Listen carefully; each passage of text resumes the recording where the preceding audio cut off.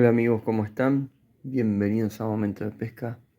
Acá estamos con el matecito, editando este videito, este tutorial que les quería compartir hace tiempo.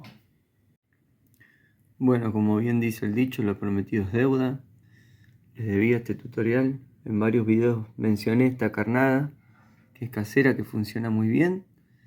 Así que bueno, les dejo con el tutorial. Con un poco de música, y cualquier duda que surja me la dejan en los comentarios, pero bueno, llegó el momento de compartir esta carnada con ustedes.